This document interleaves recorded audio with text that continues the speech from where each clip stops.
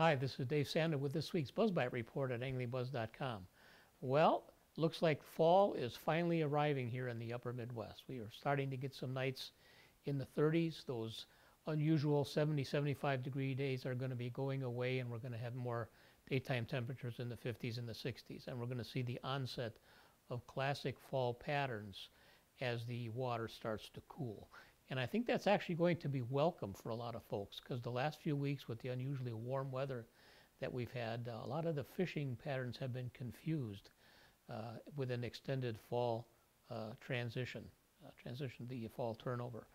We've seen a lot of fish suspended in many of our inland lakes and not necessarily being real cooperative with our trolling bites. We probably have seen some of our better fishing in river environments, which are less influenced by the fall turnover.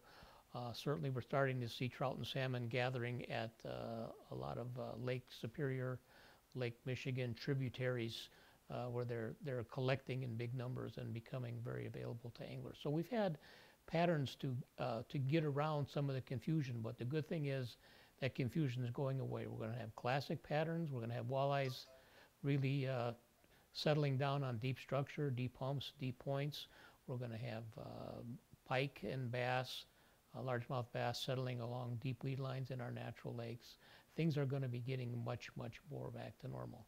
One of the more interesting transitional patterns I've seen among our reporters in the last week or two is the one from Jim Ernster this week talking about Leech Lake, Minnesota, and how he and his fellow guides at Leisure Outdoor Adventures have been catching walleyes in the deep reed beds, casting jigs and minnows.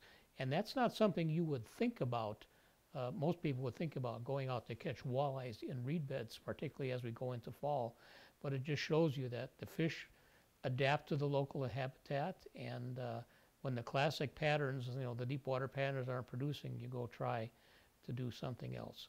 So I think what we want to do as we go into the weeks ahead, we're going to be looking at our classic patterns now. And let's go out to our different BuzzBite reporters, click on region by region here at anglingbuzz.com and see what they have to say. And they're going to help you catch more and bigger fish in the weeks ahead.